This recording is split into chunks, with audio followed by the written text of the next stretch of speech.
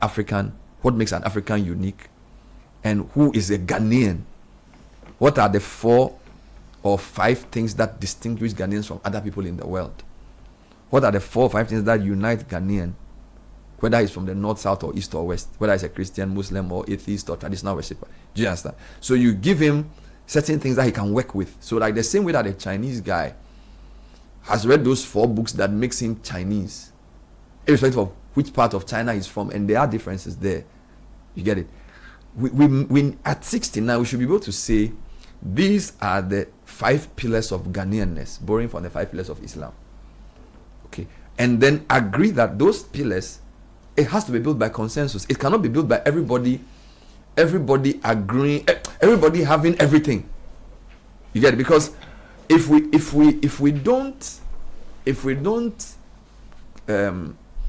all of us don't compromise, we can't build a nation.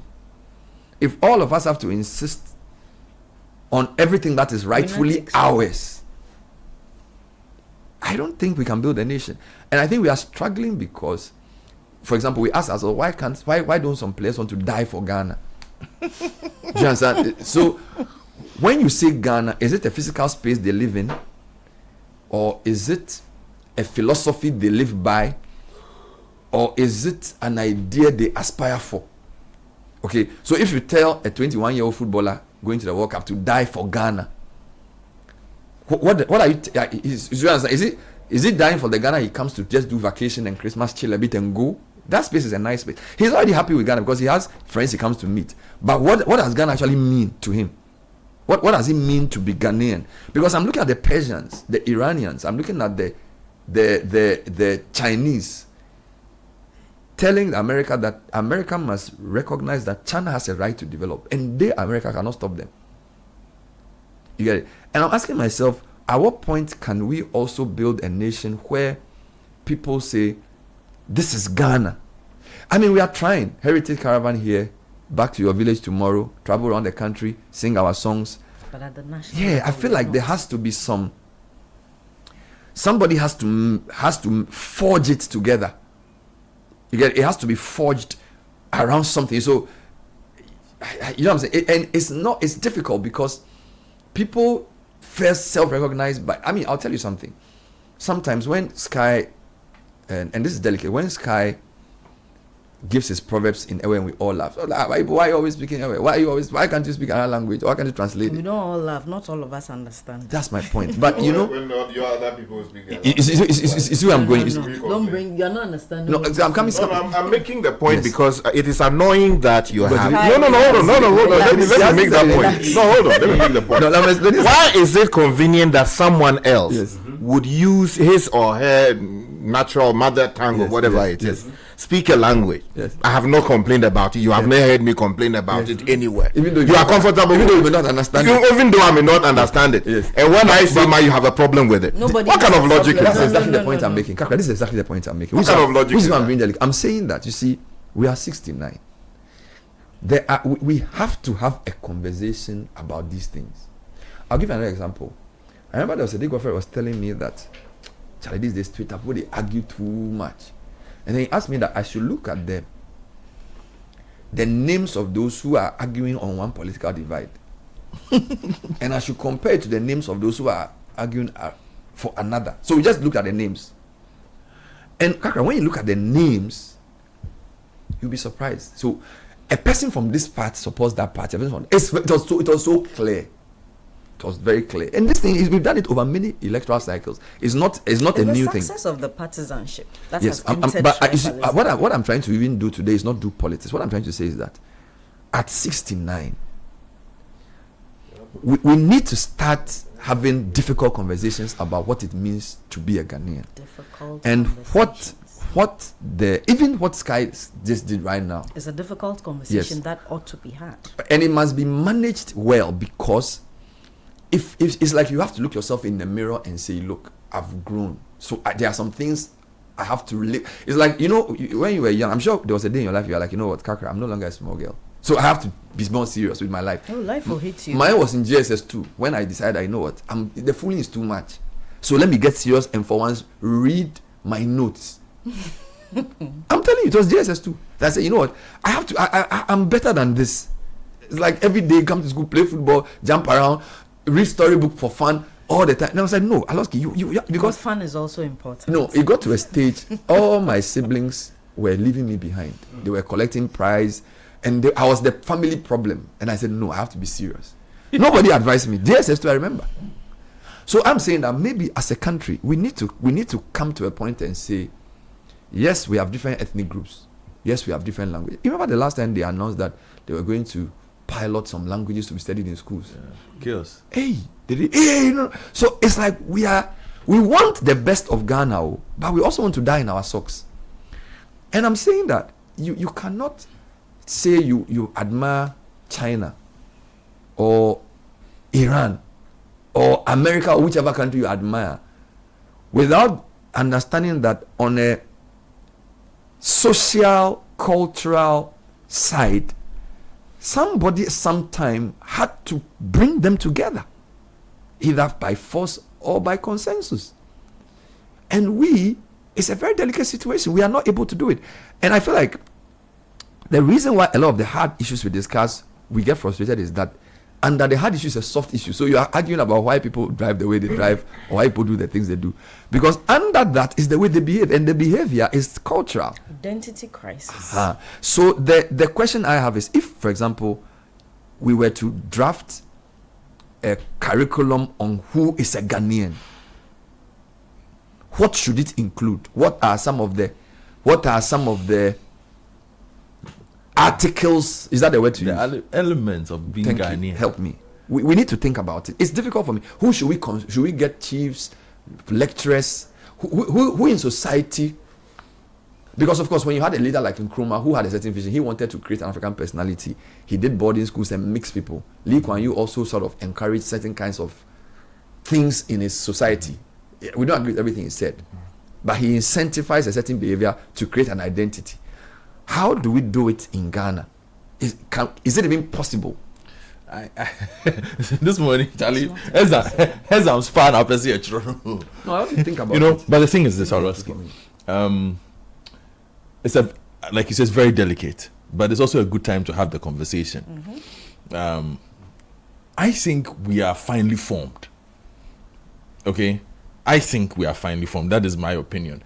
Can we do better at the whole Ghana project? I think at 69, we are still finding our way through it. And I think it should be allowed to develop in its own form. The other countries that you mentioned got formed in ways where they had long-term leadership. So you talk about Singapore and how it happened. Lee Kuan Yew was around for a very long time to navigate them through that entire process. If you talk about China, there were dynasties that navigated them through that process. And then also we entered the period of communism, which they still are in. But you've had long-term leaders who are around for 30 years, 40 years, to guide them through that process of forming. You take the United States. They went through a process of forming, okay? And a lot of that came through war. Yeah, exactly. Even the Chinese, the communists had a big fight with some people, and when they won, they decided. Yes, Mao Chen Kai-shek had their issues. Yes. I think what we need to fight for now is, because my concern, let me start from my concern, and I'm choosing my words carefully because, like you said, it's a very delicate topic. You say something, you might get it wrong. So listeners should allow me. Is to rather reduce the growing radicalism. Mm-hmm. Because I notice it a lot on social media, and I pointed it out to you that I see the social media accounts that bear ethnic tones, that bear ethnic names, and speak in a certain way. And are forging a certain kind of language, and are forging a certain kind of fellowship where we encourage the growth and the protection of our ethnic identity, and say, yeah, you people say we are Ghanaians, but at this moment, this is you can't say this about us. I think we were doing fine without veering into each other's spaces of Kakra is Fanti and I am a Krapim, and so I have to talk ill of Kakra and big up a Krapims. No. We seem to be seeing a lot more of that. I think prior to until 5 years ago, it wasn't too much of a problem. And I think maybe Kakra will take it up from politics has done that. Yeah. The growing acrimony in our politics is what has exacerbated the identity conversation. Because generally, I'm a big follower of Sir Paul Collier, and he's an economist. You know who he is, at Oxford. He talks about ethnic diversity and nation building. And he has a very interesting paper I will propose that a lot of our listeners read, where he talks about dominance and fractionalism. Okay. So when he says dominance, he looks at societies where there is a strong dominant group and how it impacts nation building. And then you have a nation that has a lot of small groups evenly spread out. So there isn't a single dominant group, and how that also contributes to nation building. And Ghana, in my estimation, falls into the second phase, fractionalism, where we have different groups evenly spread out, where you cannot say, oh, this is truly a dominant group. You understand? And the science and the data show that the fractionalized nation is normally more steady. Can you repeat that? The fractionalized state is normally steadier. So it has a weak public sector. So when there's a one dominant group, yes, it doesn't tend to do well. It doesn't tend to do well because the others unite against it. But if the thing is evenly spread, the public sector doesn't do well, but private sector does well and maintains the state. Let me think about that for a minute. Think about it carefully. So which means that if there's I get it. So if there are multiple groups, yes, public sector doesn't necessarily do well. And you see and that is Ghana for you, is it not? Classic. Because private sector is based on smaller interests. Public sector is when we all have to work together. So, but if there was like one large group, then even in the public sector, because they have the same behavior pattern. Oh, I didn't think about it that way. You see? And Godfrey, just quickly, if I may, so what you have with what you're saying is that the fragmented groups, like Bernard said, unite against the dominant group. They in effect become a dominant group as well, perpetuating the same not necessarily mistakes. Not necessarily. The rivalry is the suspicion. It's the suspicion and all those things. But the point I am making is, for our concept of nation building, being fractionalized as we are, and perhaps it's a counter argument to what you are proposing, should not be that bad. Should not be bad, because it keeps us steady and even.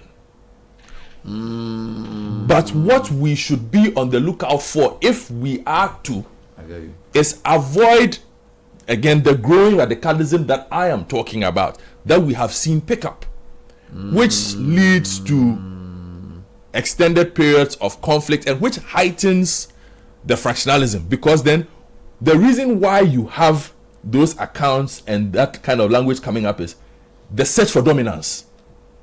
So it is the search for dominance that moves you away from, okay, we are not satisfied with being fractional, I must lead for the rest to follow. That's the point I'm making. Perhaps I don't know if I'm framing it well for you. We'll continue with it, but I like where you've taken me. Can I just quickly also throw in my thoughts on this? I think, like you've said, just quickly, because he's here for tech and social media trends, I think we struggle from identity crisis as a country, okay, and perhaps as a continent. The question about 69 years of what is fantastic. And I think the answer lies in perhaps our own culture, our heritage.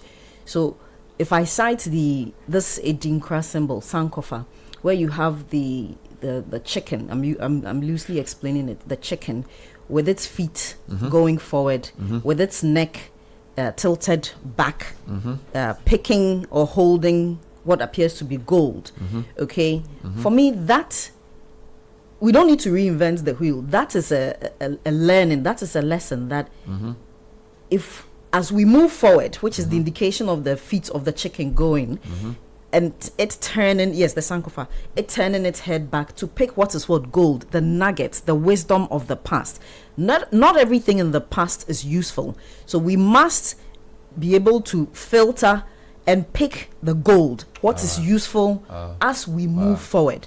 And I think that some of the things, quickly take in Nkrumah and the whole concept of Ghana. We are in a crisis where we don't know what the Ghana agenda is. We don't know what the Ghana vision is. We don't know what the Ghana dream is. And so, like you said, we all want to be Ghanaian and make it work, but it is still vague for us because of our history, because he himself, Nkrumah, had a certain idea that I don't think that in 2026 we even understand what that idea was. The Ghana Empire that broke down eventually is the model he wanted us to pick from. Yeah. So if we're able to go back into our culture, and that will solve a lot of the identity crisis that we have. The identity crisis is in two parts: not knowing who you are and misapplying what you've been told you are, which leads into conflict, which one ethnic group takes and wants to look at itself inwardly and avoid the other. That is where we have this unity. Your Sankofa point, I wanted to ask, are you saying that we can build a future going forward, but should not forget our unique past? So you are basically saying do two things at the same time: look forward and create a united new group, because you need the nuggets from the past to do that creation. You asked the question about how do we create it. We cannot create it as we are going forward without looking back. And you said that there are two words I picked from what you said. Deliberation. We have to be deliberate about it, and it has to be structured, and that's why we need leadership. If we leave it to organically happen, it may take a long time or it may never happen. But if you look at the models in China and in Persia, it was deliberate one, and it was well structured, and so there's a destination. I like the way you do it. You framed it past and then future. So I like the way you sort of, it's like a continuum. Okay, it helps in the discussion, because I was initially thinking about it like we have different groups and want to bring them together as one. But you are saying, yes, but you are moving somewhere. So go forward, but turn your head and look where you have from the past, pick the best and use it to forge a future forward. What that means in practice, though, may mean that to be a Ghanaian, so I am born Ewe, all right? I don't have to deny being Ewe. Nope. But I emphasize my Ghanaianness more. But what that means in operation is what I'm looking for. What you said is in principle. I agree. I'm not asking you to answer it now. I'm saying we'll think about it when we come back. Not even quick. Just quickly, because in going back, we will get to learn of the cultures that exist today, the so-called tribes, and how they did it peacefully and amicably. But you see, because every generation has a different challenge, okay? Our challenge includes, so not only ethnic identity, but also religion. And then there's also politics. So what I'm trying to say is that we have to decide today how to overcome those fault lines and still use them to create an identity. Okay. Yes, we will learn from the past, but because in our case, there are about 3 or 4 different fault lines that hamper the formation of a national identity. Your point around looking forward but looking back is critical for me. So there are things you've been given, you can't do anything about it, but there are things you want to create that you have to decide how to forge a future for yourself. When we come back, we'll think about that. We'll also touch base with our friends on the Heritage Caravan. This is the CIti Breakfast Show, and let's get into tech and social media trends. And it's sponsored by Telecel. Edwin Kwakufi is here. Edwin, thank you for joining us. Thank you too, Bernard, and good morning to everyone on the panel. Good morning to everyone listening. So we start off with the Ayawaso East by-election, which is happening today. Obviously, it was necessitated by the death of the MP for the area, Nasser Toure Mahama. He passed away, I believe, in January. So this by-election was necessitated. About 40,000 voters are expected to cast their ballots in today's by-election. The major contenders, the MPPs, Baba Ali, but also Baba Jamal of the NDC, who obviously was recalled from his role as the High Commissioner to Nigeria because he contested in the NDC's primaries to contest in the by-election. He has been tipped as the strong favorite by the Global Info Analytics poll. Actually, they predicted that he might get about 75% of votes. So we'll keep you updated on the by-election across all our platforms, radio, TV, and also social media. We move away from Ayawaso. Before you go on, what's the outcome of the OSP's investigations into alleged vote buying? And they said they were going to do some investigations and also allegations that some people had been beaten when they were, or an officer of the OSP was assaulted by party officials or agents, party agents or party supporters when they attempted to investigate what was going on. Yeah, so we've not got any information from the OSP regarding that, but the NDC, his party, conducted an investigation and they basically cleared him to continue, even though the committee recommended that the candidates be disqualified because there was in fact vote buying during the elections. They said because of time constraints in order to present I find that position completely unacceptable. I think if the NDC wants to be taken seriously, that they mean this reset agenda, right? I think they ought to have done the right thing. If it called for cancellation of the result, you cancelled it. You can always organize an emergency, internal primary election to produce a candidate, because in any event, nobody apart from the NDC will win that seat. So if you find something untoward with the process, why not organize it? Cancel the whole thing, organize a new one, produce a candidate. The problem was that the day they did the thing happened on a Friday. Yes. The committee was formed and they presented a report on Monday, and the last day for filing was Tuesday. So the EC didn't. So if they had, they didn't have any chance to change the candidates. The party rules, as I understand it, allow the national leadership of the party, where necessary, to make the necessary modifications and even say that, okay, on the basis of A, B, and C, we are producing Kofi Mensah as the candidate. Like by acclamation. Except by acclamation or do something. But what has been done, after admitting that, look, there may have been other candidates involved and they did things that sin against our laws and the party's own principles, probity and accountability on all of these things. I find it particularly troubling that they will allow the process to continue merely because there was no time to that's to the make explanation they give in their report.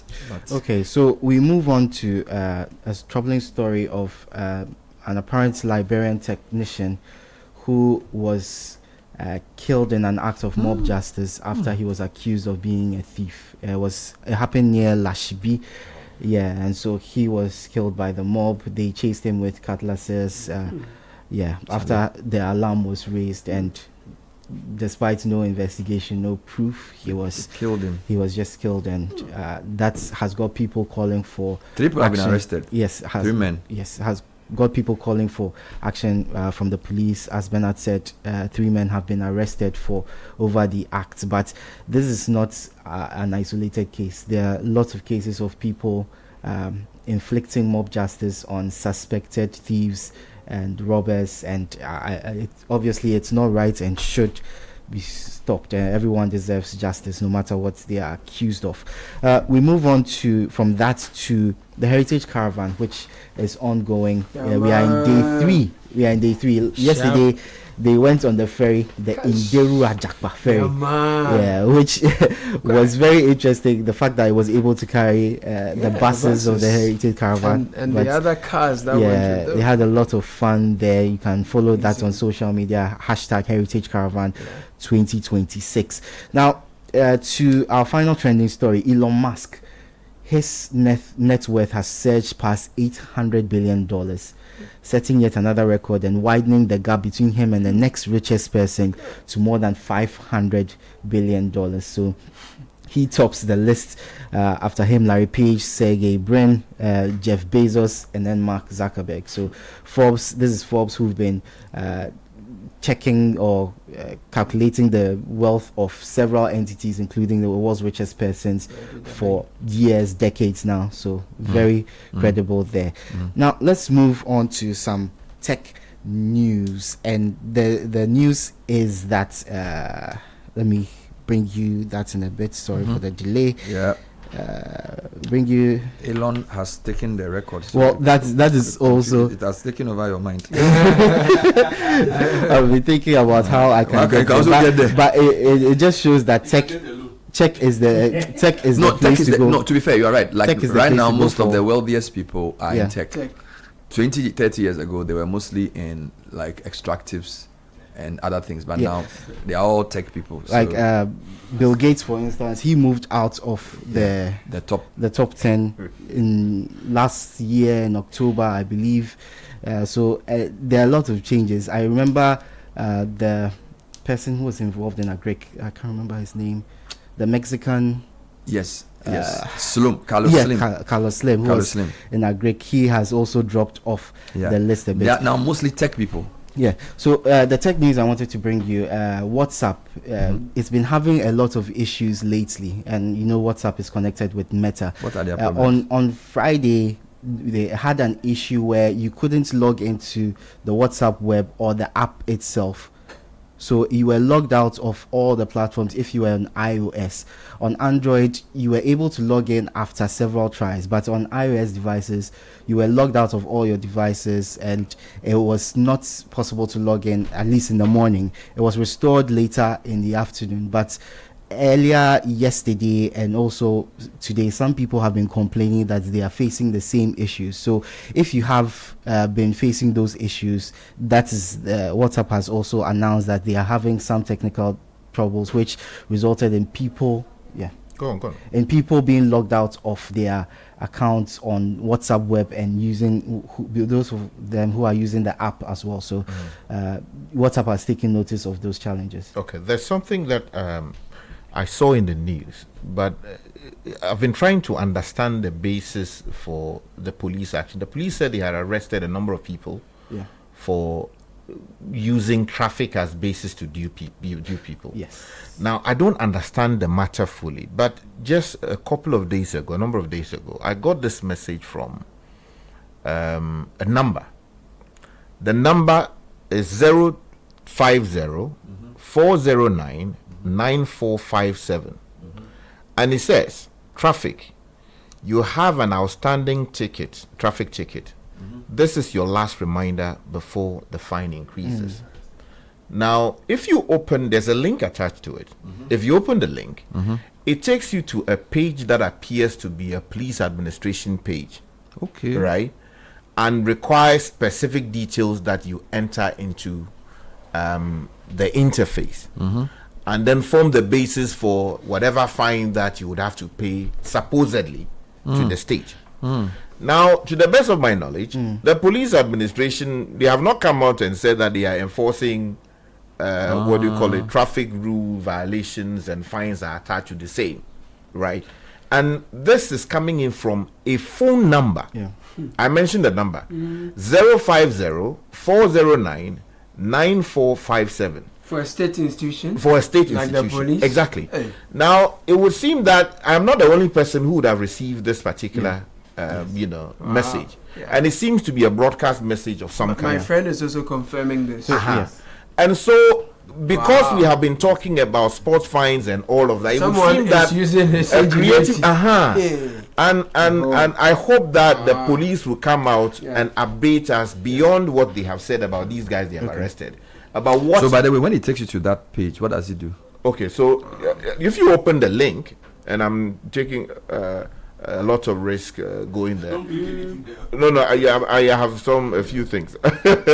So it takes you to a page that has Ghana Police Service, MTTD. But you know it's fake. It is fake, yeah. I think my system would alert me that there are this. Yes. So an unsuspecting person who just assume that okay, this is genuine. Will feeding those details. They will ask for your mobile money, blah blah blah, and then you enter. The police is going digital. Exactly, and then you pay the fine. Meanwhile, you are paying it to someone who is being a criminal just to steal your money and deceive you. Thank you very much, Sky, and thank you, of course, Edwin.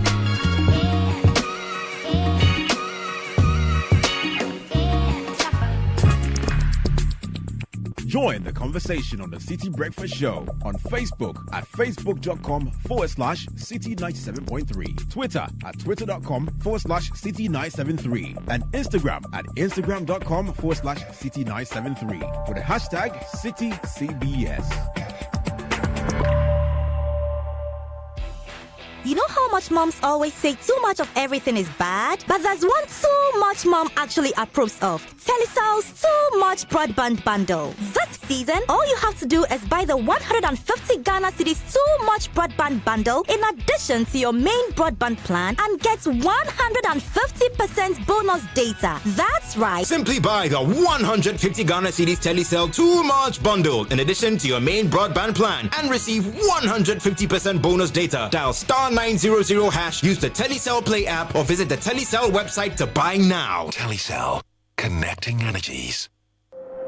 Looking for engineering excellence you can trust? Welcome to Left Signature Limited, driving progress through technology and engineering excellence. From expert electrical engineering, design, installation, power systems, renewable energy, automation and control, to reliable data center and money services, power infrastructure, network connectivity, server virtualization, cloud integration and data security, and cutting-edge software development, custom business applications, web and mobile apps, cloud and DevOps solutions. Integrity, safety, accountability, teamwork. That's the Left Signature promise. Ready to power your success? Choose Left Signature Limited. Visit www.leftsignature.com. Call +233 256 111 743.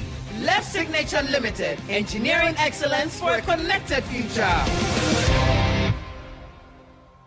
Dear business owner, congrats on not giving up on your business. You deserve a medal, and your business deserves to be taken to the next level. In fact, it's about time you run a Zenith Bank SME account so you and your business can enjoy the perks of the Zenith SME Business Card. Oga and Oga Madam status. The Zenith SME Business Card is a Visa debit card for making secure payments for goods and services. Enjoy great benefits such as free customized digital SME training, free marketing toolkits, access to Visa practical skills training, and more. Unlock the potential of your business today. Visit any Zenith Bank branch nationwide and sign up for the Zenith SME Business Card, the ultimate payment solution for SMEs. For more information, visit www.zenithbank.com.gh or call 0302 680-884 or 0307-086-370. Zenith Bank, in your best interests. I'm telling you, my brother has scored more goals than Asamoah Gyan. What? This is impossible. Check the stats. What stats? We can't start. I have seen everything from 1986. Funny thing about us Ghanaians, we'll argue for 3 days straight, but numbers always settle the matter. So instead of just telling you about better fuels, let's do the math. The new Shell Fuel Save lasts up to 15 kilometers longer per tank. The new Shell V-Power cleans 100% of your engine's critical parts. Now that's better by far. The next time you think of filling up, choose new and improved Shell Fuels. Okay, I'll see you soon. Why, baby? Hey, my me say enra my boyfriend akwesi obo *959# when the phone so. Na when we Jenny. Anita, I don't want doggy parko. Oh, one swa. I could see us answer by number 1. I am wondering now. And then there was so yummy show, Papa. Now, me the toss me short, sexy dress, no. Now, Mrs. Samiti. Now, me yummy nails, no. So come on. Oh, no. Me fa uba. Make a juice and small 1-2 rounds. Me answer me doing her. No, wait, chia. Hey, Nana, so he for order. So, Chinese, any wine, Papa B. And I mean this, I check, no. Hey, Anita. Na sa ni mia when you hear TV be no. I also say sound. No to prepared. Na me chilly AC. I no go fit sweat like that. See fine girl. Hey, Anita. Jesus. Baby, I will do no jinawa. Mr. Remember, dial *959#. Oh, iPhone na back to my. No one can say nyautika so ate. Sister, next time Kati call the what? Dial *959# and I call 590mobile.com.gh. Not to be 590 mobile. Head down some. This Easter, as homes fill with laughter, shared meals, and love, pause for a moment and remember a child who has no one to celebrate with. Across Ghana, children in selected orphanages are hoping for care, hoping for comfort, hoping for kindness. You can be the reason a child smiles this Easter. Support the Easter Orphan Project 2026. Your donation in cash or in kind will provide warm meals, clothing, school supplies, and essential care for their well-being. Send your mobile money donation to 0550-900-006 or write a check in the name of the CIti FM Foundation. You may also bring your donation to Channel 1 TV in Tesano, Accra, Ghana. You can donate milk, sugar, rice, toys, books, or detergent. For more information, visit www.citinewsroom.com or call 0550-900-006 or 0302-226-013. The Easter Orphan Project comes off on Monday, 6th April 2026 and is powered by 97.3 CIti FM with support from Channel 1 TV. This Easter, let your kindness light up a child's life.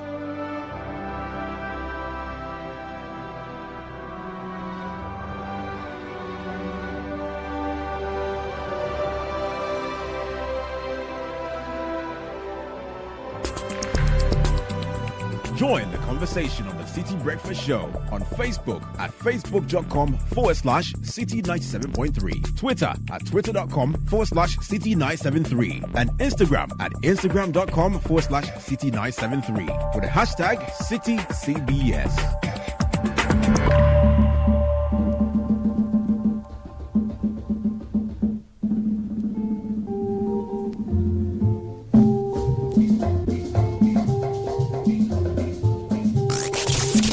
The power of relevant radio. This is CIti 97.3.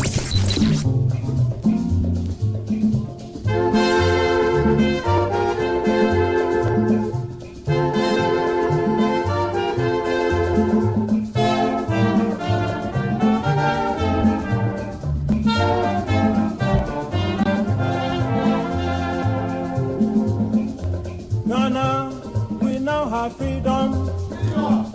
Ghana, land of freedom, toils of the brave and the sweat of their labors, toils of the brave which have brought results.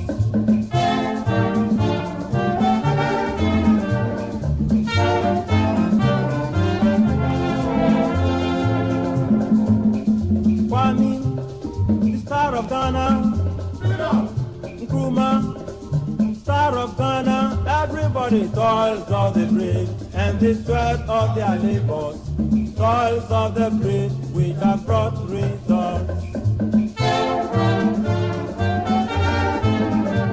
8:27 on the CIti Breakfast Show. We all know life doesn't wait for payday, whether it's school fees, a business emergency, or finally starting the project. You need a partner who says yes. That partner is Blue Financial Services Ghana Limited. Listen, with Blue Finance iFinance app, you can get a loan disbursed in as little as 4 hours. No long queues, no endless paperwork, and if you are looking to grow your money, Blue investment rates are among the most competitive in the industry. Don't just survive, thrive with Blue. Download the Blue iFinance app on the Play Store or the App Store. Call 0303-968-196. WhatsApp us directly on 0501-609-958. We're also on social media at Blue FSGH. Agrotech 2026 is happening on the 17th to 19th of March at Independence Square, 9 a.m. each day. A fair that will market linkages between tech developers, agro-industrial businesses, farmers, fishers, and exporters. It's organized by the Ministry of Trade, Agribusiness and Industry in partnership with the Ghana Exim Bank to showcase locally manufactured agri-technology, implements and agro-processing equipment and tech. To exhibit at the Ghana Agro Fair, call 0242-585419 or 055-967-9326.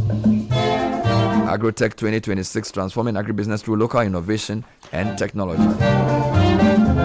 Growth is not just about becoming bigger, it's about becoming better. At First Atlantic Bank, integrity has always guided us as our customers always come first. We stay agile in a changing world, resilient in every challenge, and committed to excellence. First Atlantic Bank is now a PLC listed on the Ghana Stock Exchange. Becoming a PLC strengthens our accountability, deepens our credibility, and positions us to serve our clients. It's a promise to lead with eye care, integrity, customer centricity, agility, resilience, and excellence. First Atlantic Bank, refreshingly different. Now imagine waking up to serenity every day, surrounded by nature's beauty and luxury at your fingertips in a gated estate you can be proud to call your home. Welcome to Western Villas, located at Ayi Mensa, where our stunning homes redefine elegance. At Western Villas, each home is a masterpiece, from swimming pool, gym, playground, beautiful landscaped gardens and private balconies, making every day feel like a retreat. So reserve Western Villas 3 or 4 bedroom luxury gated homes at Ayi Mensa with just 5% deposit between now until 31st of March this year, and get up to 2 free service plots today. We also have limited executive plots for sale at Katamanso and Chopoli at attractive prices. Call us now 0536 502295. Visit westernvillas.com for more information. The Ghana Exim Bank is 10 years old. Hooray! The bank is hosting an international conference on the theme A Decade of Enabling Export Trade and Industrial Transformation, Resetting Exim for Next Frontier, from 25th to 26th of this month at the Kempinski Gold Coast City Hotel, Accra at 8 a.m. each day. His Excellency President of the Republic, John Dramani Mahama, will perform the official opening of the conference, and it will bring together captains of industry, thought leaders, decision makers in the global development finance ecosystem to deliberate on emerging issues in the development finance space. Call this number 020-8541-480, 020-8541-480. EximBankGhana.com/conference is where to register. Your conference host is Honorable Sylvester Adinam Mensah, Chief Executive of Ghana Exim Bank. Our media partners are Daily Graphic, Media General, CIti FM, Radio Gold, Channel 1 TV, and Multimedia Group. Knowledge partners IFC and SME Finance Forum. Get ready to boost your career with SIMA. Whether you're fresh out of university, climbing corporate ladder, SIMA gives you real-world skills, global recognition, and a powerful network of more than 680,000 professionals in 190 countries. You will learn while you earn, unlock leadership and digital finance skills, and become a chartered global management accountant. We have flexible self-paced online learning and study anytime, anywhere. AICPA-SIMA.com is where to visit. 026-301-1992 is the number to call. One SIMA qualification, countless career opportunities.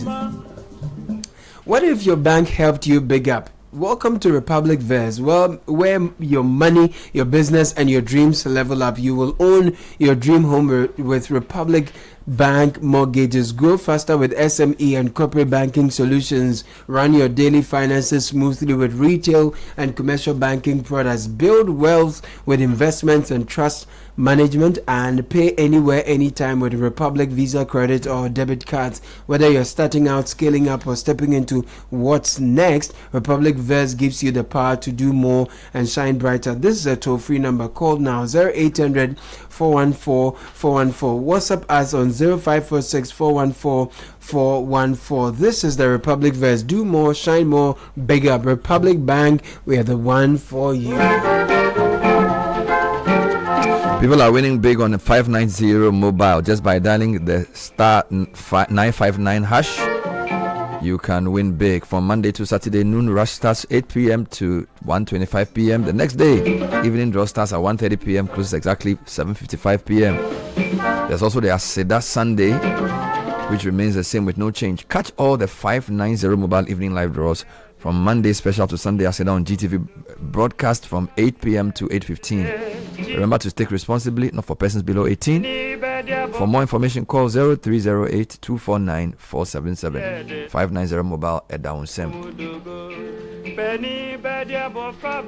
A number of people celebrating their birthdays today. Let me just run through those for you.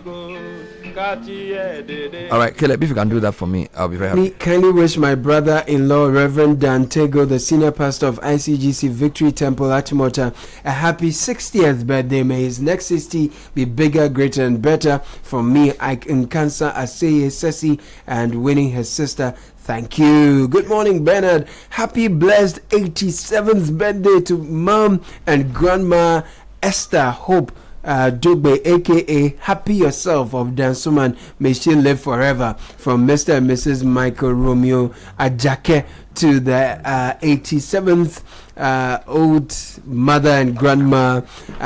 Happy yourself. We celebrate you, ma'am. Jeremy Atukwe Kole of Diamond Capital. It's your birthday. Happy birthday to you. Help me wish my wife, Corporal Rachel Yayura Kwating of Ghana Police Hospital a happy birthday with love from Nukunu, Nunana, and Nusinyo. And this is coming from Nana Kwabena as well. Happy birthday, please. Coming. Go for it. So also coming in from our good friend Nidote. Says I'd like to send a very special birthday shout out to my beautiful wife, my love and best friend Linda Mamponsa Dote. Happy birthday, my darling. Thank you for being my strength, my peace, and my greatest blessing. Nice one. I'm so grateful for you today and always. May this new year bring you joy, favor, and everything your heart desires.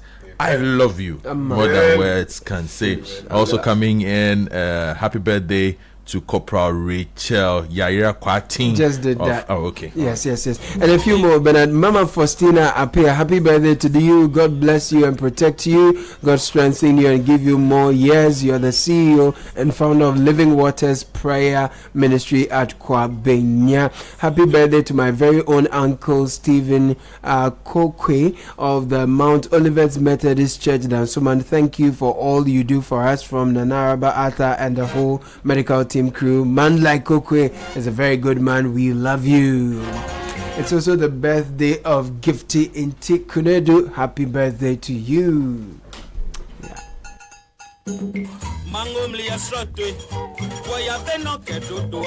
All right, so there is a story that sort of responds to the things Kai said. So the Ghana Police Service arrested 7 suspects in connection with this fake electronic traffic violations scam. Right. And they actually tweeted this and posted photos of the suspects, but they blurred out their faces. Okay. So they have basically arrested 7 people for perpetrating that attempted fraud. So a lot of people have confirmed that they have. So many. Now I just wanted to read a few messages in reaction to what we've been discussing about 69 years and what it means to be a Ghanaian. Yeah. And to be fair, what I'm trying to say is not even to say I have the answer. I'm trying to suggest that we need to think about how to. All right, we need to think about how to do it. I don't have a template.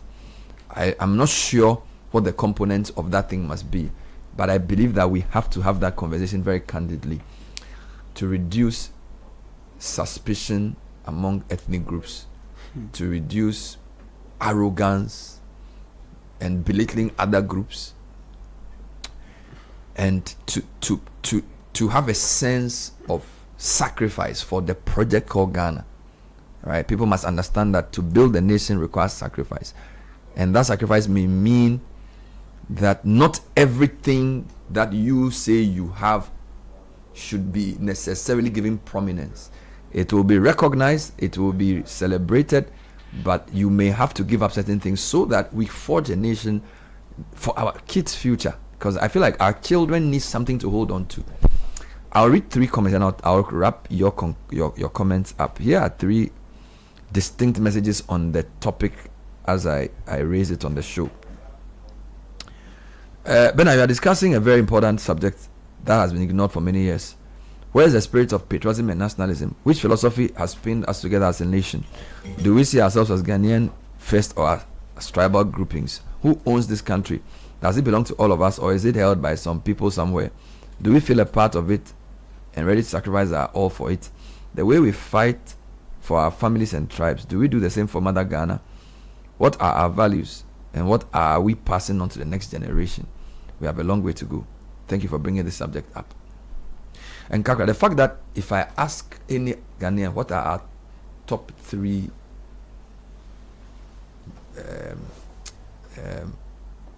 values, we are not even sure. It's a problem, right? Good morning, Bernard. We are facing these tribal tensions because some groups have developed a sense of superiority and deliberately refuse to learn the language of others. Instead of embracing diversity, they feel threatened when other languages are spoken and attempt to impose their own language on everyone. This mindset is divisive and unacceptable. No culture or tribe is superior to another. If we truly want unity and progress, there must be mutual respect, tolerance, and a genuine willingness to appreciate and learn from one another. Bernard, such a sensitive topic for the morning. Most of us find it worthy to belong to smaller groups and be entrenched about what those small groups stand for.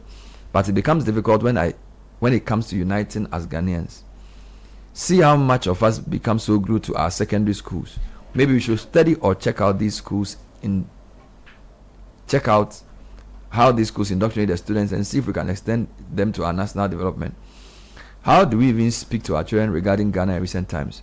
In the early to late 90s, most of the national discourse centered around patriotism and nationalism, and most of us around the time were fine being Ghanaians to some extent. In recent times, let's say the last 10 to 15 years, when did you hear anything about patriotism? We need to start indoctrinating children right from their birth. Unity in diversity. We should celebrate our Ghanaianness despite what every group or language has. All right. Please try and make the message a bit shorter. Sometimes my opinion on the discussion. Why do we celebrate Independence Day? Are we truly independent? Are we adapting our culture or strongly adopting other cultures? Till we definitely deliberately define deliberately who we are, we would not know where we want to go. It needs to be a deliberate effort, starting from school, starting at home. Politics must support culture. We need to tell the world that this is Ghana and we are Ghana. Investors don't and won't do that for us. See what's happening in Burkina Faso. In a short term, they will be recognized, if not already. We need to change our mindset towards the deliberate development of Ghana and the Ghanaian. Good morning, CIti CBS. I'm enjoying this morning's conversation, but my issue is one major element of what makes us Ghanaians is our language. At age 69, my greatest fear is our own children in Ghana can't speak our local language fluently. To what extent? To the extent that we struggle to communicate with each other. Years ago, it was Ghanaian children abroad who couldn't speak the local languages, but now the value is the same. Check the record from BC.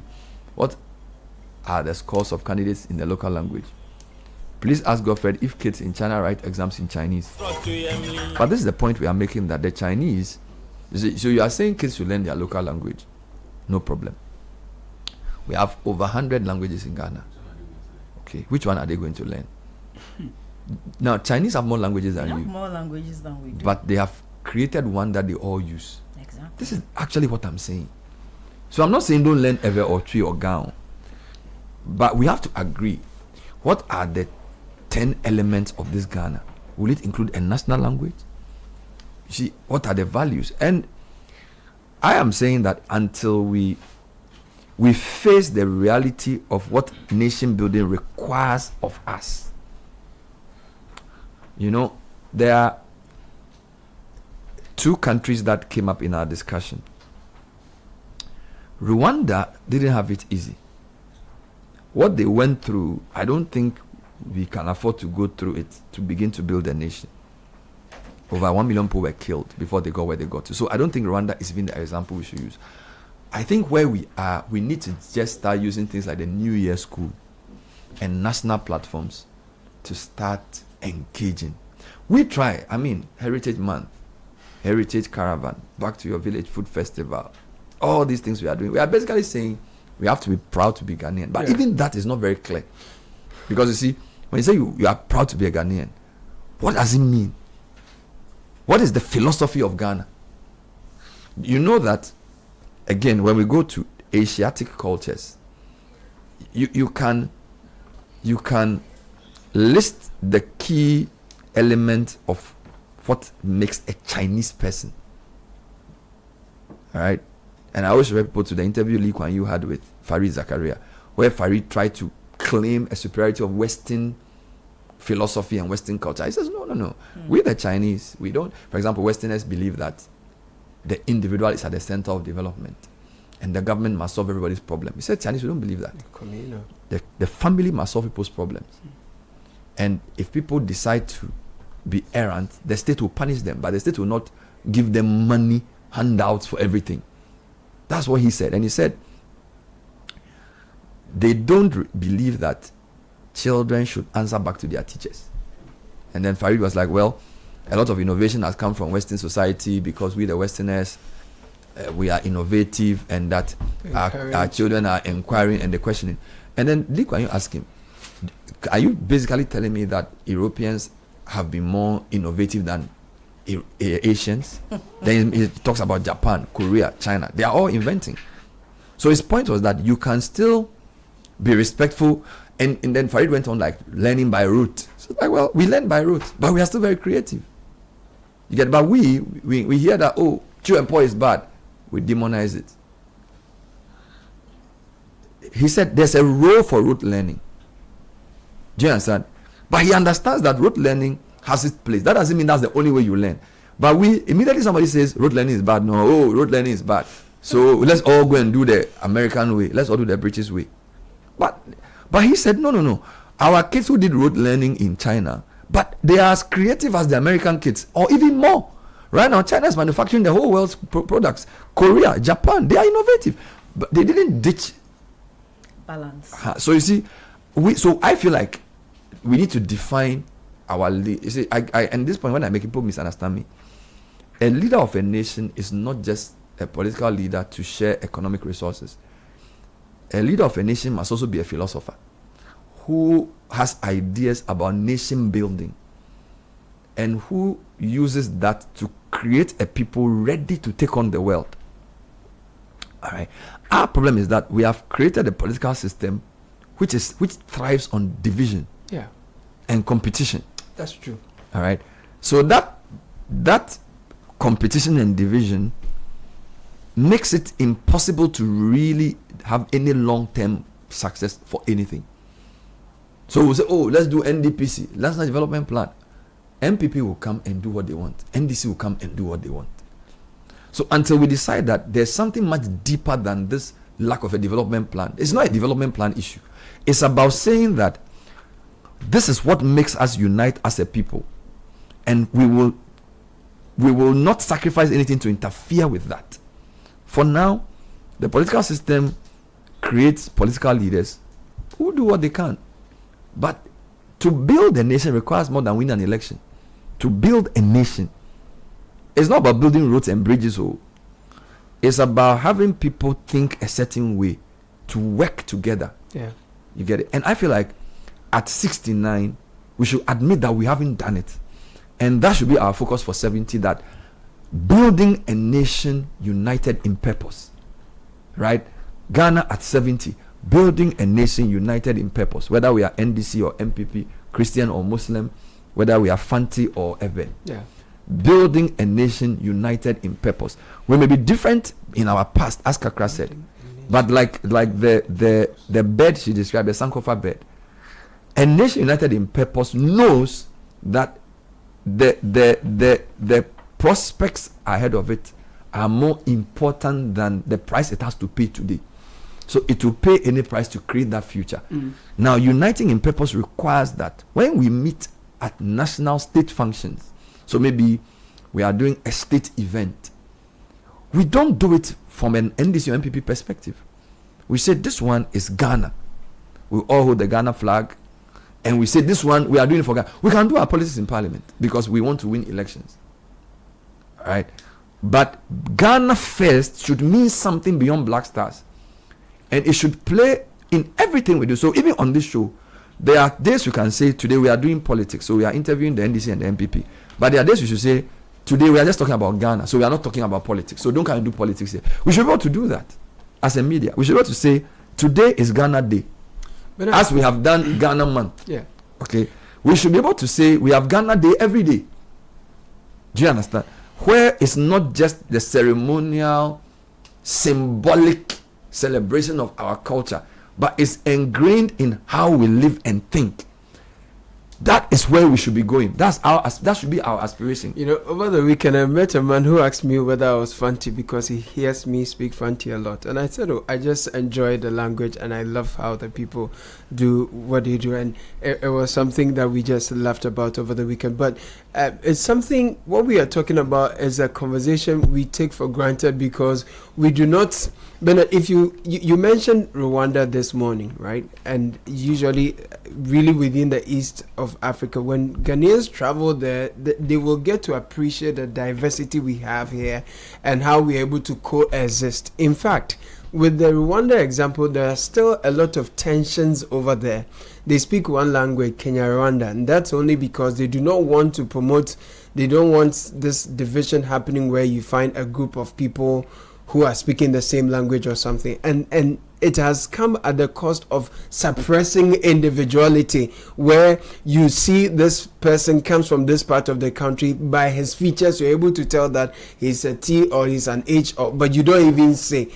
And that kind of unity is one that is very fragile. There's a lot of tension in East Africa. Even when you go to Kenya, there's a bit of those ethnic undertones that when you speak to the people, you get to know. And I think that over here, we're taking a lot of that for granted, where you have pages online that are simply not just promoting their culture, but trying to, as Godfred said, push a sense of dominance and belittle others. And there's always that kind of thing you see online. And I always say that if people know how dangerous this can be, how these tribal tensions have led others elsewhere, we wouldn't be encouraging them at all. And I think that in addition to leaders or national leaders, driving a national kind of conversation towards this should be happening in the homes too, because it's really in the homes where parents put this idea in people's minds that these people, don't associate with them because they are A, B, C, and D. You can let your children know what makes you unique without downplaying another group of people.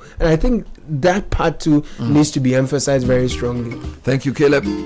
Let me wrap up with Kakra. Then I'm going to cross over to Bolgatanga for day 2 of Heritage Caravan, which took a journey through the Eastern Volta Uti Northern Northeast regions. I'll be speaking to the team shortly. So what is your takeaway from me, what we've said so far? Quickly, when you were reading the messages, one person talked about unity in diversity, and there was another texter who said the politics is influencing the culture. Culture is our way of life.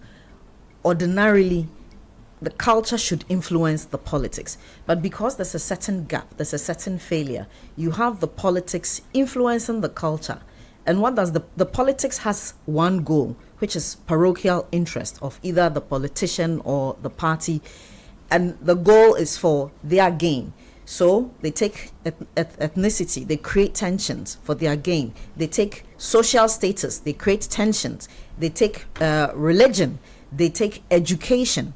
And what happens is that these aspects of our culture, education, religion, status, they become the negative aspect.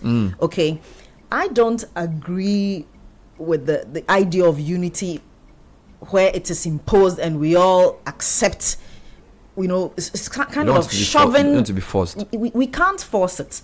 What we need to do is to accept the differences. It is the differences that make us unique. And the differences have been and continue to be exploited. One of the biggest reasons is because of a certain lack of knowledge. And that's why I love the Sankofa symbol that is telling us to turn back as we move forward and pick those nuggets. When we discover who Ghana was, and Bernard, just to squeeze in the question about 69 years of what? The question you asked, what are we celebrating? When I was growing up, one question I asked myself was, who was the Ghanaian or the individual on this land before colonization? Because our identity was restricted to the colonial era. But before the colonial era, there were human beings here. There were people who had migrated from elsewhere here. There were people who were aborigines here.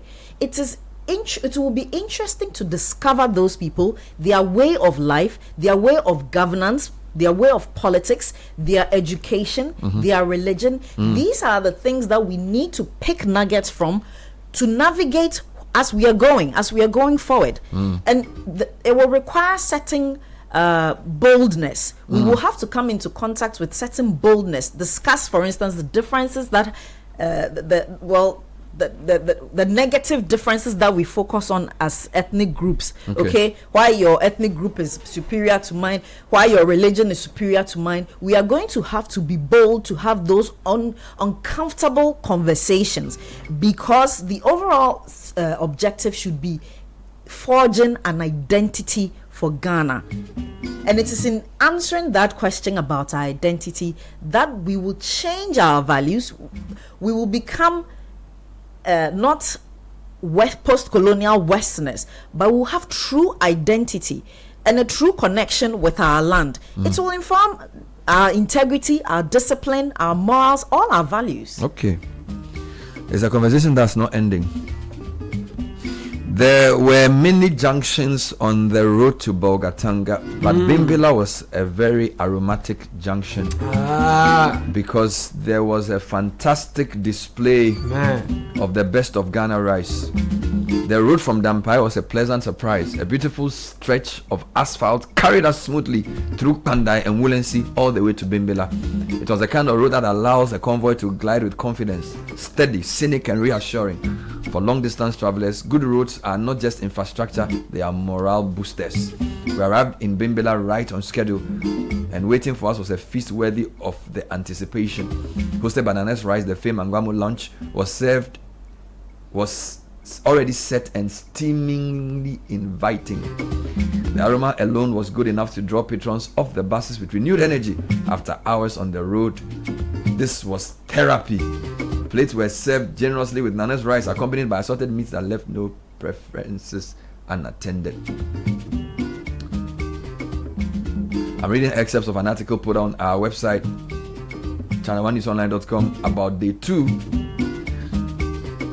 It was a beautiful reminder that travel is richest when culture meets hospitality. The performance of the group, the vibrant cultural dance troupe, added warmth and authenticity to what was already shaping up to be a memorable stop. The afternoon in Bimbila was a delight. Food, culture, laughter, and fellowship all woven together under the northern sky.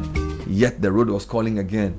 Bolgatanga was still 5 miles away. So at exactly 3:30 p.m., we bid farewell to Bimbila, reassembling our convoy with full stomachs and grateful hearts.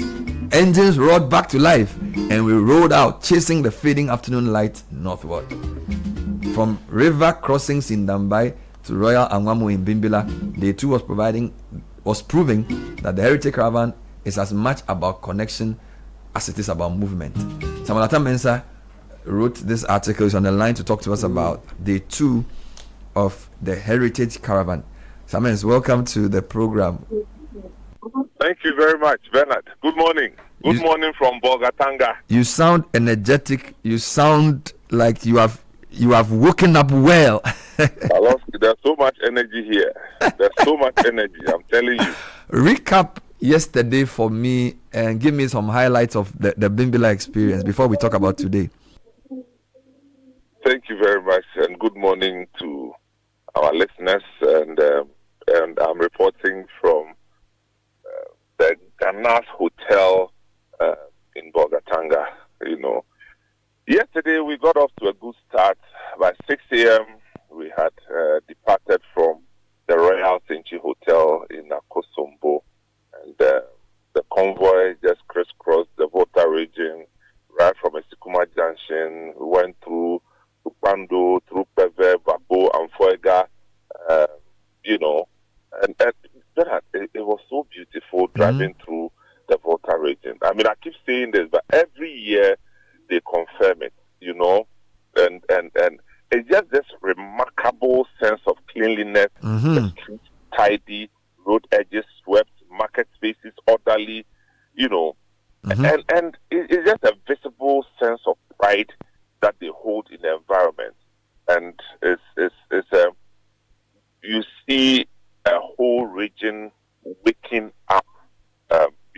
You see some places waking up to business, some places waking up to social activity, and it was just loving the natural offering of the Volta region. So it went well, and we rode through till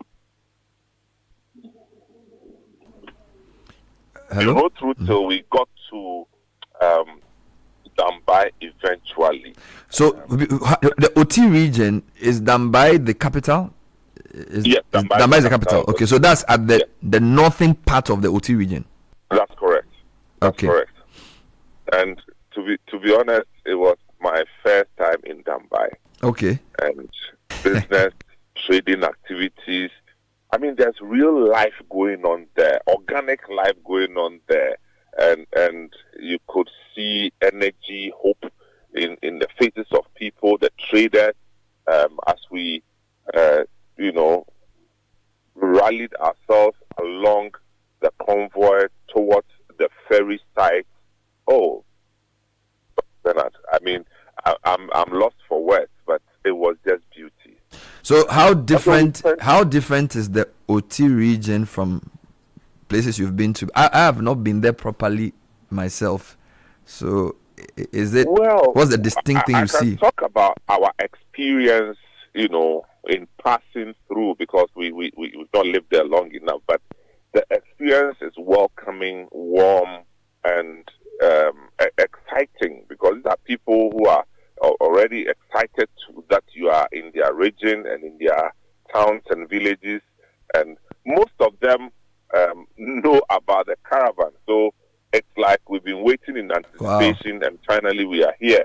And they take pictures, they want to be by the bus, take pictures and stuff like that, But I was saying that we spent about an hour waiting for the ferry. I mean, that was on purpose, because we wanted to experience the people, have an immersion with the people of Dambai, and it was beautiful. We had the PIVA group, PIVA drinks, beverages people also spreading us, serving all manner of their variants, to drivers, to truck drivers, to all the market people around there.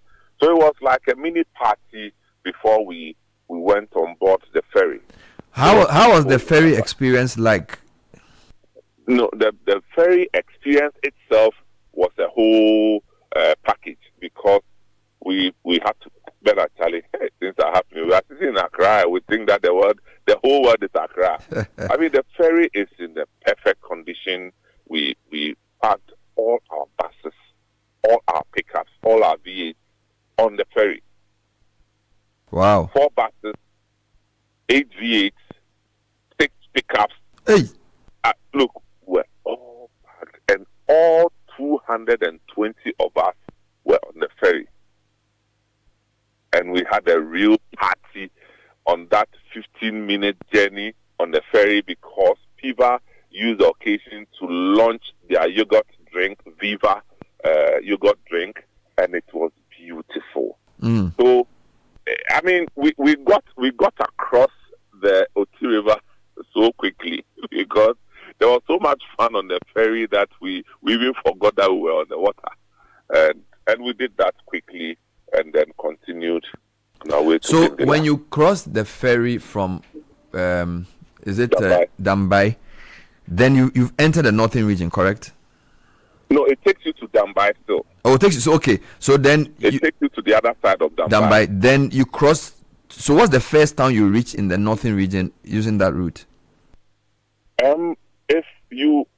If you from Dambai heading towards the northern part, you're going to see Bandai. Okay, yes. Bandai. And then you are also going to see Wolensi, okay. Yes. So Bandai is one of the biggest towns on that stretch, and then Wolensi, and then all the way to Bimbila. So Bimbila is like a major town on that eastern corridor. Oh yes. I mean, Bimbila is a whole city here. So you did a stopover at Bimbila and did a rice thing. Yes, and one thing that I also noticed in Bimbila, the roads are clean. The roads, they have proper roads that can be compared to any standard in Ghana. So, wow. Kudos to whoever is bringing development to this part of Ghana. It's doing very well. We saw you on an AstroTurf eating and dancing. What was that about? Yes. We were hosted by Nanes Rice. You know Nanes Rice, the indigenous rice producers. They hosted all 220 of us to a sumptuous and one more party in Bimbila. Why do they have a factory there or something? Well, they use outgrowers, and they have outgrowers all over the country. Wow. And so they brought their outgrowers together to put this together. And so the outgrowers were there themselves. The management of Nanes Rice were there, to Agro Kings. They were there, and they put this thing together. Oh, Charlie, with pork, with beef, with everything, chicken, Charlie, chaka. It was really good. It was really good. So did you? How long did you spend in Bimbila then? Because by that time you still have 5 hours to Bolga. Yes, we spent 1 hour in Bimbila. We spent 1 hour in Bimbila. We got to Bimbila around 2:15 thereabouts, and then we left Bimbila at 3:30. From there, where did the journey take you through before you got to Bolga? From Bimbila, that is the question. We from Bimbila we were going to Bolga, but we didn't want to go through Tamale. Otherwise, it was going to take us forever. So we had to go in the direction of Yendi. I didn't quite get to Yendi branch through Gushegu. So it was the Gushegu, Kaga, and Gambaga experience that stayed with us for the rest of the night. Was it a dark road? Was it like a good road? What was it like? Roads are very good. Roads are very good here. But there was a stretch that from Gushegu all the way to Gambaga, where they call Nalerigu Bintri Road. That's right. So I think they are now redoing that stretch of the road. So Bernard is the dustiest road I've ever seen in my life. but it's dusty, but it's well done. If you know what I mean. Okay. No so it's smooth, but it's dusty. Yes. So I think it's still under construction of some sort, but there are no bumps on the road. But wait, did you get to the Gambaga escarpment? Because it's one of the landforms we read about, or it wasn't on your route, so you couldn't pass. No, we didn't go in the direction of the escarpment. We passed through Gambaga town, but I'll tell you about what happened there in Gambaga. Because when we got to Gambaga, it was already dark.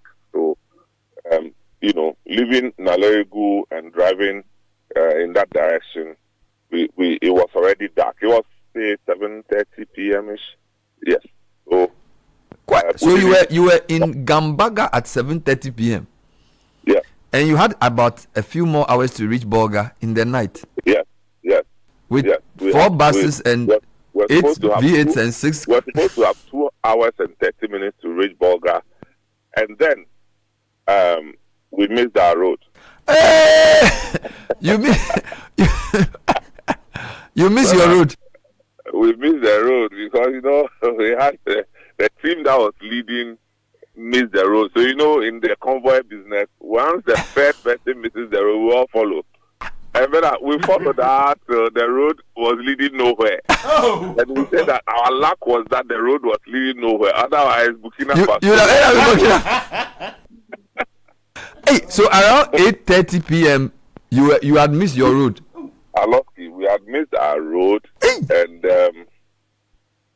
now we noticed that we missed the road, so we all stopped. And this particular road we took was so slender. I mean, slender that the buses could not do a U-turn. Allah. And one of the bus drivers, he thought that he could do it. So he attempted to do the U-turn, and he actually did it. And the tires of the bus got stuck in the sinking sand. Hey! At 8:30 p.m. in Mintiri something. And that I was actually thinking that maybe the patrons won't be happy about it. Hey! And so when we asked everybody to come down, they came with their drums and their music box, rather jubilating. The tires of the car got stuck in sinking sand. Yes. In a place a place whose name you don't know. No, actually, it's in Gambaga. It happened inside Gambaga, but it was getting to the outskirts through a different route. So we managed to. So everybody got out of the vehicle. And then we had to push. We all had to push the bus out of the thing. Wonsimpia. Yeah, we did Wonsimpia. So that's how. So you got back to the main Gambaga town, and then you redirected yourself. Yes. It means you got to Bolga at 10:30 p.m. or when? No, by the time we met, we were in Gambaga. We got to Gambaga around 6:30 p.m. and this whole thing took us another hour. So we eventually left Gambaga at 7:30 p.m. Okay, not bad. 7:30 p.m. Yes. So it took us an hour for us to get to Walewale from Gambaga. Okay, so when you got to Walewale, then you get to the main road again. That's the main Tamale Bolga road. So you entered. Yes. Okay, so Walewale, then at least then we know the rest of the road. Then we go to Wulugu. And then Pualugu. Yes. On our way to Bolga. Yeah, that road we know. The interesting feature that I found here is that the villages and towns are sparsely populated and they are neatly spread apart. But the interesting feature is that you find neatly arranged street lights in every village, in every town. And I'm talking about working street lights in every village, in every town, which was something nice to see. So from Pualugu all the way to Bolgatanga, we eventually got to Bolgatanga at 9:40 p.m. 9:40 p.m. 9:40 p.m. And the patrons were spread between two hotels, the Ghana's Hotel and the Al Kayet Hotel in Bolgatanga. Wow. So you left CIti at 6 a.m. Yeah. And you got to Bolga at 9:30 p.m. So that's 9:40 p.m. Yeah. 15 hours. Yeah, but it's not a straight drive like that. You have you stopped. You did all kinds of things. Oh, as for the stopping, it's like every hour, every other hour, we are stopping for another 20, 15 minutes. For people to stretch. Say that again. For people to stretch and do other things. Yes, people use the washroom, which does never exist anywhere, but people use it anyway.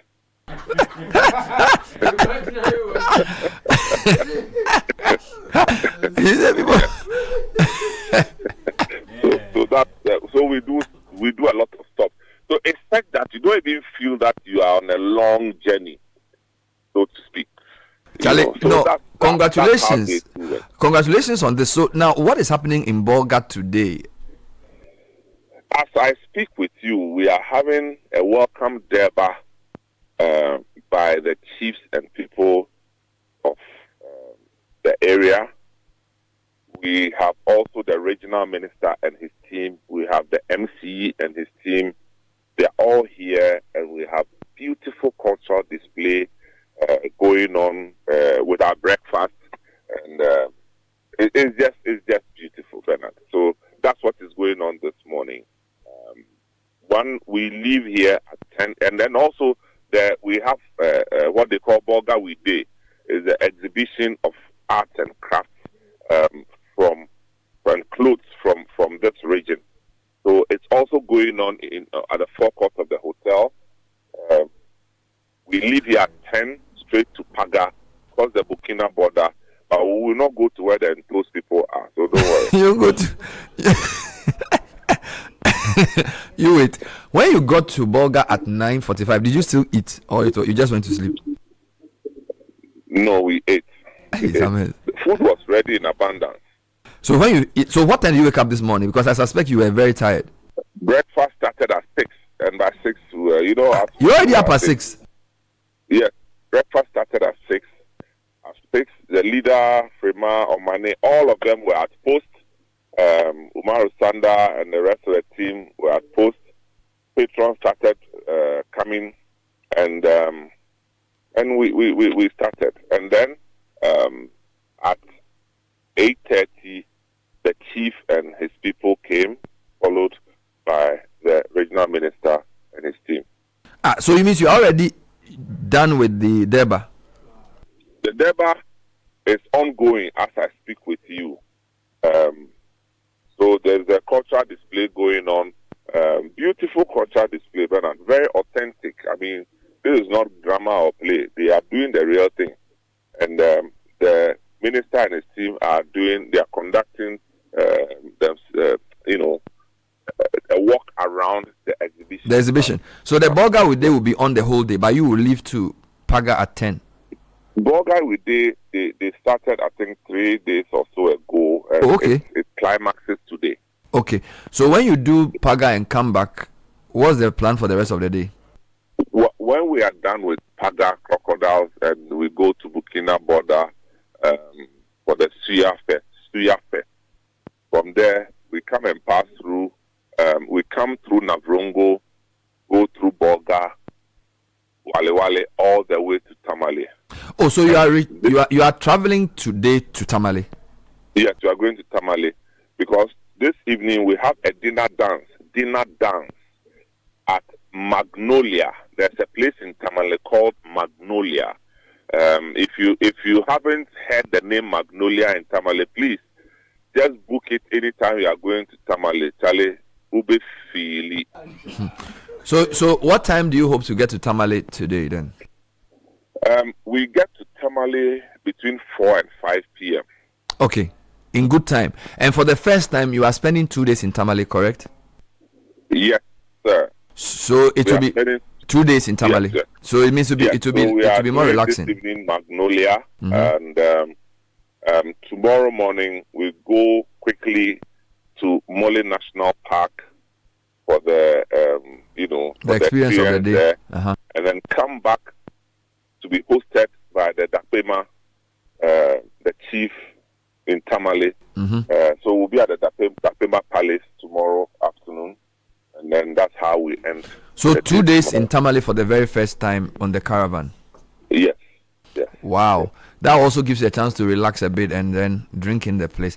No, I like your encounter. So 15 hours from CIti to Bolga. Yes. Through Nalerigu and Gambaga. And it was a beautiful experience. So when Achimota people sang their song from Gambaga to Accra, they knew what they were singing. No, they didn't know because they themselves, they haven't been to Gambaga before. They don't know what Gambaga is. They have never been to Gambaga before. No, you're a big man. But Charlie, so it's good to talk to you. We will talk to you again tomorrow with an update on the trip. Thank you. We really enjoyed it. Thank you, Bernard. And regards to everybody. No, you're a big man, Charlie. You're a big man, Rolf. Thank you. Bye. Hey, Zamens. Charlie. Serious matter is discussing it as if it's some normal thing. No, this year's caravan. So we got lost. We missed the road. Charlie? What's Simpia? It's dope. It's interesting. Dope. I love it.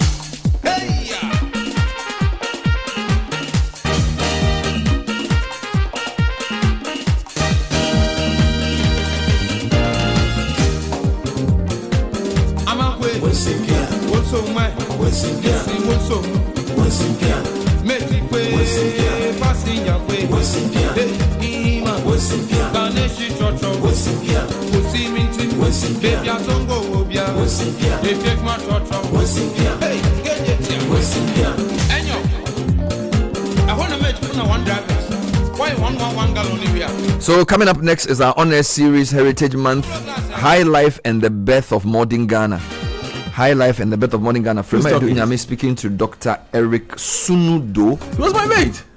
Hey. Oh yeah. You know, I've been senior lecturer for music department. Yeah, School of Performing Arts. Oh really? Yeah. Dr. Eric Sunudo. Yeah. He's the full boy. Charlie. So did he do his PhD in Ghana or abroad? No, South Africa. Okay, so Eric is speaking to Frema. They'll be talking about High Life's role in nationalism and independence. Wow. They will discuss E.T. Mensah, Amachi Dede, Nanam Pedu, and they'll also do High Life's evolution and relevance today. And they'll do that with music. So they have it. It's not just a discussion. There's like music playing. And you know, I am so happy that Heritage Month started at this period. Yes, please. Because the past week, the beatings that performing arts has taken on social media. Oh, why? We need. Oh, Charlie, I don't know what has come. Charlie, what are people saying? They posted videos of baby, my former, of dance students in a lecture. And people are like, you send your child to school to go and learn how to dance, and after it's what? Oh, such Charlie, people have assaulted us. Basa. First it was a video of Kofi Antonio. Another, he was a year behind me. He's now a lecturer as well. And people are like, what is all this? Like, you are wasting your time in school. And there were thousands of comments on this matter. And a lot of people are like, people don't see the value of which these is why things. today's discussion is important. The whole your identity. The whole week, the whole month, I hope everybody listens Charlie. and educates themselves. You see, because Bernard, I am a proud graduate of the School of Performing Arts. Thank you. Do I sound like I don't know what I'm talking about? No. Frema is a graduate of the School of Performing Arts. Thank you. She danced the same way I danced. The way it sounded like we don't know what we are doing. And you see, people think that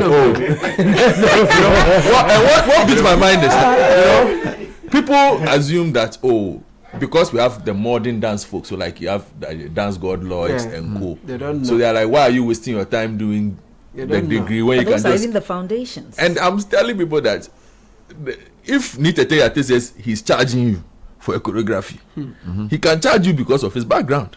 The amount of money Nite Teyate charges to choreograph, those people haven't seen that amount in their lives before. Thank you. Based on his training, because he will understand interpretation. Told them. I have seen some of these people dance, and what they call interpretation, they will fail the class happily. So I am happy. People should learn. So we are going to Heritage Month is good. We are going to go into that when we come back from this break. This is the CIti Breakfast Show. Heritage Month is on. Stay with us. This is the CIti Breakfast Show, the city's biggest conversation. Feel the energy and reconnect with your roots this March Food Festival 2026. Join us for a celebration of Ghanaian culture and cuisine from all across the country. Northern, Akan, and Southern villages will all be represented. It's more than just food. It's about culture, family, and memories that last a lifetime. Let's come together this March to discover the flavors that make us who we are. The date is 28th and 29th of March 2026. Venue is the A4 Sutherland Children's Park. The time is 10 a.m. through till 6 p.m. each day. Interested vendors can register by calling 0205-973-973. The Back to Your Village Food Festival is powered by Channel 1 TV with support from 97.3 CIti FM.